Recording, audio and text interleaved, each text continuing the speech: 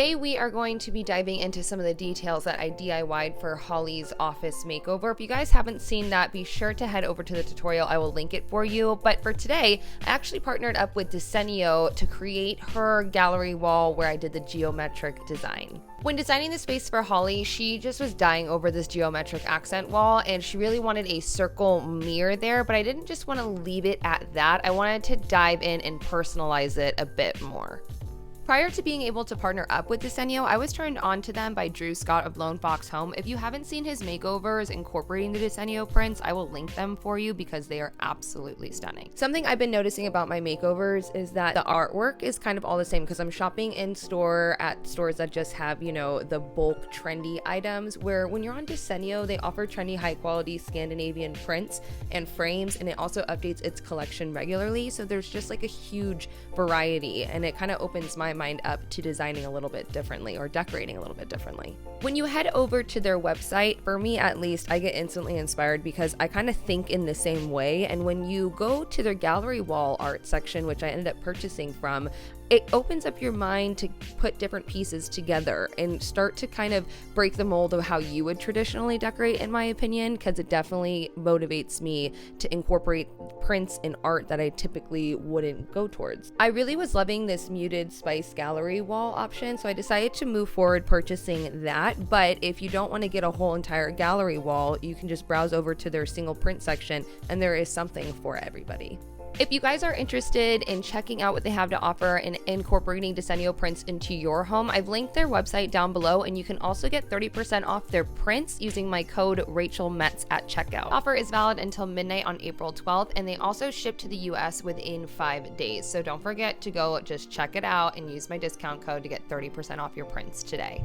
Not only do they have an enormous selection of prints to choose from, but also you can choose from their frames as well. And I personally went with just a black because I thought that was best on this blue wall. They have gold, natural wood. I mean, there's just so many different options to customize the perfect piece for your space.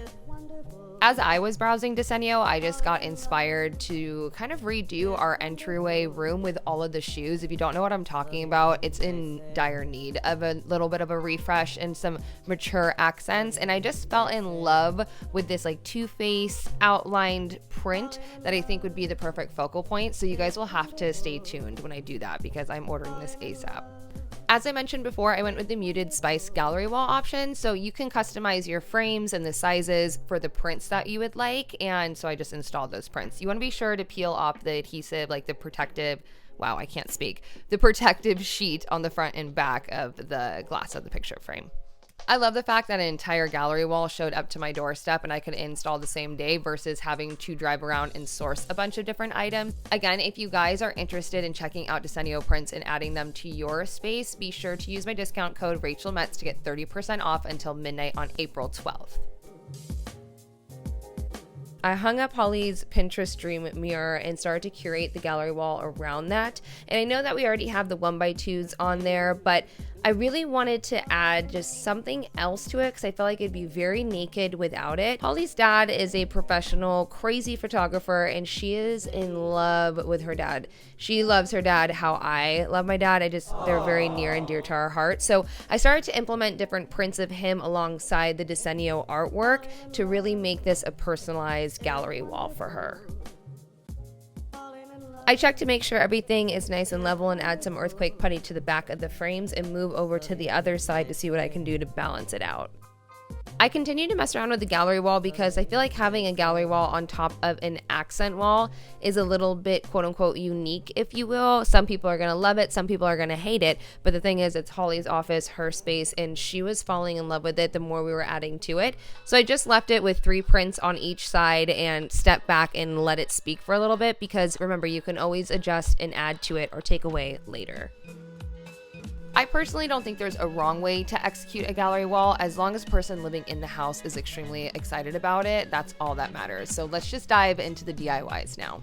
When I made over Paul's office, this corkboard was just beyond repair because of the sun damage. With the sun hitting it and there being outlines, I was gonna throw it out and DIY my own entirely, but then I had a second thought. I had this painter's drop cloth that I used in Holly's bedroom, bathroom, closet, and now office that has like different kind of stains on it throughout each project with her. I decided to just lay it on top of the corkboard frame that I've had for 4 years and basically trace and cut out a size of that was not English. I laid that drop cloth right on top of the corkboard frame and then cut out a size per the size of the cork. Oh my gosh, I'm still not speaking English. I just cut out a piece of material that was gonna fit where the corkboard was. Wow, why was that so difficult, Rachel?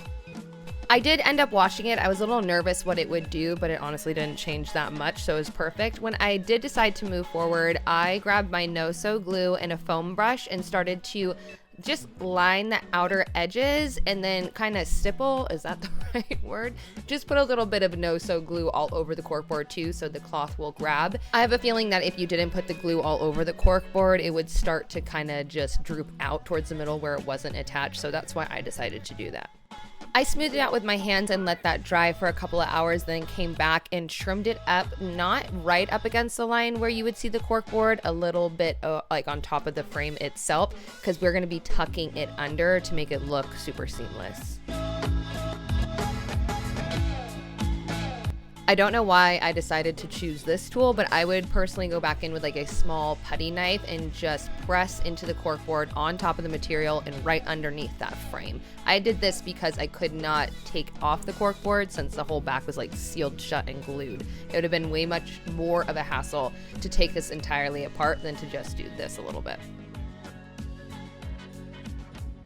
I saw something similar on Restoration Hardware a long time ago. There were these huge thick framed linen lined corkboards and they went upwards of like $500. The one that I saw recently was on Pottery Barn for like $150, but that was for a way smaller size than this. I was super pumped to be able to basically do this for free because I've had this drop cloth for so long and this corkboard, and I hung this up on the left hand side of those French doors in her office to add a little extra detail to Holly's inspiration board, because that's what this one is going to be mainly. She's going to hang up all the things she wants, desires, and wants to conquer through the world. And I wanted to make this very special. That's why I thought the drop cloth was a nice touch, because it's everything we've done in our house together so far. I went ahead and added a museum light just to make it look a little bit more chic. When I was wrapping up this DIY, I couldn't help but think of a couple of my friends who are artists and have all these different drop cloths that probably look insanely beautiful, and how you can actually frame them out to be like DIY wall decor. Maybe not even a corkboard if you don't want it to be, but it's nice because it has that texture and that meaning behind it. Remember when I said I could DIY the whiteboard that was in my office and I opted to purchase? Well, now we're actually going to be DIYing it. I have a bunch of frames on hand of different sizes because I've done so many rooms, but you can go ahead and thrift a picture frame. There are a ton of different options at my local Goodwill, so be sure to check it out if you're looking for an inexpensive option. I simply took the backing out of the picture frame and lined it with this peel and stick that I had left over from the renter-friendly bathroom makeover I did for my brother and his girlfriend. I flipped the backing with the paper face down onto the table and took an X-Acto knife to cut it to size. You don't have to use peel and stick. You can print something out on the computer. You can paint something onto the backing, because if you wanted to use the frame for an actual picture, you just have to put the picture on top of it. So you don't have to just keep it as a whiteboard. You know what I mean? After that was cut down to size, I peeled off the backing and smoothed it right onto the backing of the picture frame. This was literally 2 steps and I spent $40 on the one that's inside my office. I am so ashamed of myself because I have an even larger picture frame on hand and I have that marble contact paper. Oof, goes to show you can DIY for less. And I totally forgot since I've been into building so much lately. Holy smokes. I am so in love with this idea because you can like scale this to any size, quite frankly, and anybody can do it because it's not like you're building the frame. You can purchase the frame, thrift the frame, have it on hand like I did right here, and turn it into an office piece that is personalized and tailored specifically for you.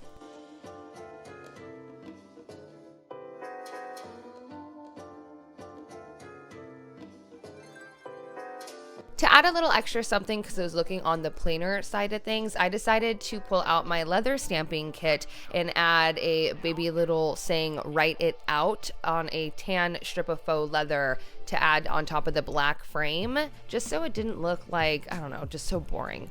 This was one of my first times utilizing this kit, and I do have to say I got a little bit stressed out because I thought it was going to be on the easier side of things, like keeping the letters straight and not looking super wonky, and how hard you have to press is something I underestimated as well. So I just give it a little tappy tap every time I wanted to add a new letter. But if I messed up, I realized I could take my finger and kind of shape off the top layer of that faux leather and go back in and correct it. So I didn't stress out too much. I did when I first made a crooked R, and then I was like, oh, Rachel, be smarter than the material, figure it out.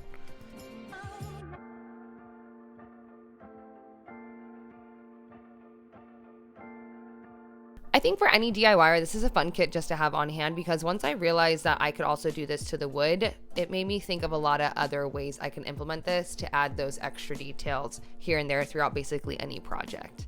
I found the middle of the bottom of the trim of the frame and secured that there with some hot glue. I also decided to use these little gold nails that I had in my nail miscellaneous collection and add one to each side, again, just to add that tailored effect, even though it is hot glued and secured.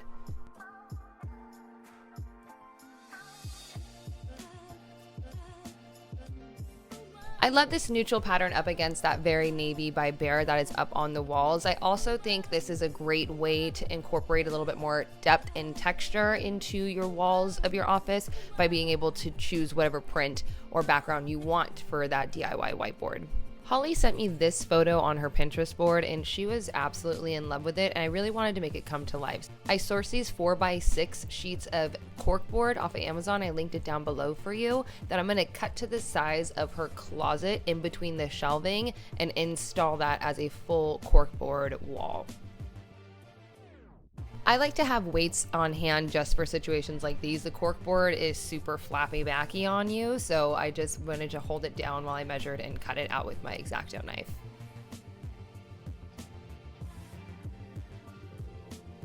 Installing the first panel kind of caught me off guard a little bit. I thought it was gonna be super easy. I just laid some construction adhesive directly onto the wall since Holly owns this house, but if you don't, you can put the corkboard onto like a poster board, add some Velcro to the back of that, and then attach it to the wall, and it can be renter friendly. As I mentioned before, this thing like flaps back on you really quickly, and I thought that if I were to just lay it corner by corner and press it into the adhesive, I would be fine. And that quickly was not the case. It started like curling back on me, getting glue completely on top of the like layer that you're gonna see of the corkboard, and I started stressing so heavy, so I had to have Holly help me with this panel, but then I got the hang of it by myself moving forward.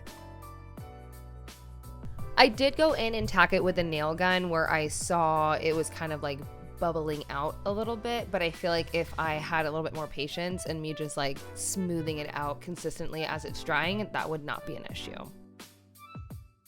I forget what in the world I did to Paul's corkboard to install it. I'm pretty sure I used a staple gun. And I really don't know what I was thinking. Honestly, looking back on this, I would do the whole poster board situation, owning the place that you live in or renting. Either way, I just think it would be a lot smarter, a lot cleaner looking, because you can like take the time to just let them dry and smooth them out versus having to move quickly on the wall. I don't know. Or just the fact that I have like no patience whatsoever could have been the issue as well. A couple of you already called me out on this office makeover that I did last week where the weekdays were a little bit wonky. Well, we're going to be making a weekly calendar where she can put post-it notes up or whatever she wants to. And yes, maybe it was a little wonky, but hey, I tried. I had some scrap wood on hand that I ripped down, but you can use, yarn or even decorative tape if you want to. I just thought the wood element would look really cool since I love the contrast of like the cork board in the natural wood on that blue in her office. I used my laser level to ensure that all the letters were obviously straight and level. what a no-brainer, Rachel. But then I started to space it out and tack them on with construction adhesive. This is where my brain kind of shut off for a second, and I believe that's when I got called out. I just put them up on a whim. I didn't even do the math, which is just a really poor mistake on my end. Looking back on it, I would love to redo this after, you know, we're off of this whole quarantine and lockdown situation. I would rip that off in 2 seconds, go back and make it right. But you guys can learn from my mistakes. Either way, I think it looks good by just tacking up pieces of wood in between to create those little moments for each day. But your girl is kind of disappointed on the fact that I didn't take a little bit more extra time in love and care, you know?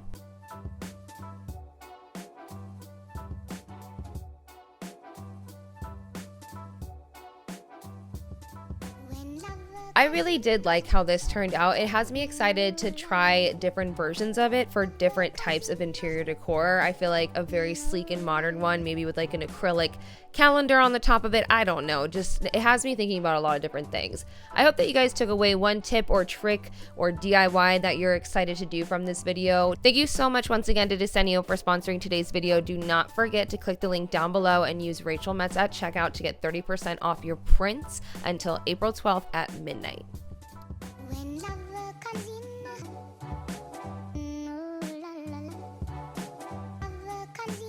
thank you guys so much, per usual, for the love, the support, and just all the new faces that are showing up on this channel. I have a wide variety of content coming out for you guys, which I hope you love, but I will see you soon for another DIY. Stay safe and stay healthy, friends.